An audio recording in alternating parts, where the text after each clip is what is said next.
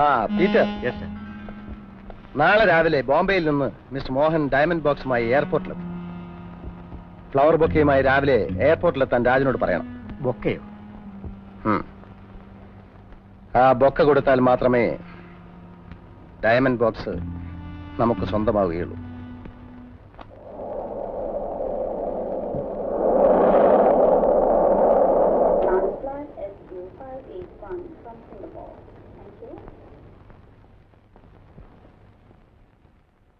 Hello Suma. Hello, Rajan ഇവിടെ? ബോംബെയിൽ നിന്ന് ഒരാൾ വരുന്നുണ്ട്. I see. സുമയെ ഇറക്കണം. എന്റെ ഒരു ഫ്രണ്ട് വരുന്നുണ്ട്.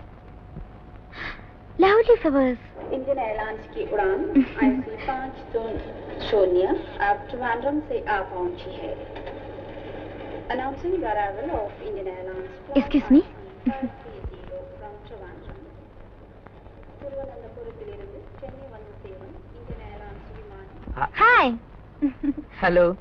Had a good flight? Marvellous. അല്ല, ബൊക്കെ ആയിട്ടാണ് എന്നെ സ്വീകരിക്കാൻ വന്നിരിക്കുന്നത്. Thank you. Meet mister Rajan, എന്റെ അച്ഛന്റെ അടുത്ത സുഹൃത്താണ്. ഹലോ. ഹലോ.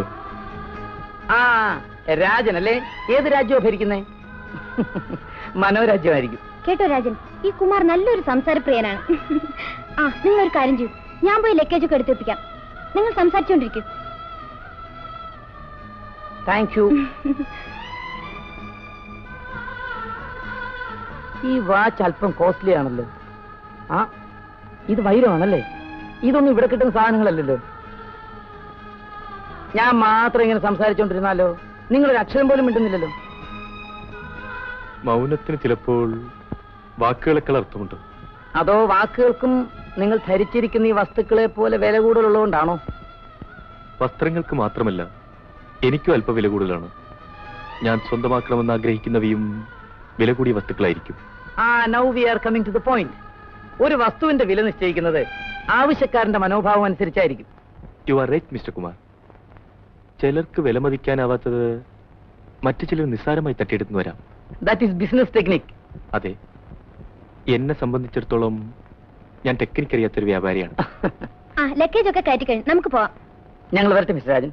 നമ്മുടെ ആദ്യത്തെ കണ്ടുമുട്ടലിന്റെ ഓർമ്മയ്ക്കായി എന്റെ എളിയ സമ്മാനം സ്വീകരിച്ചാലും. ബൈ. കമോൺ. ബൈ.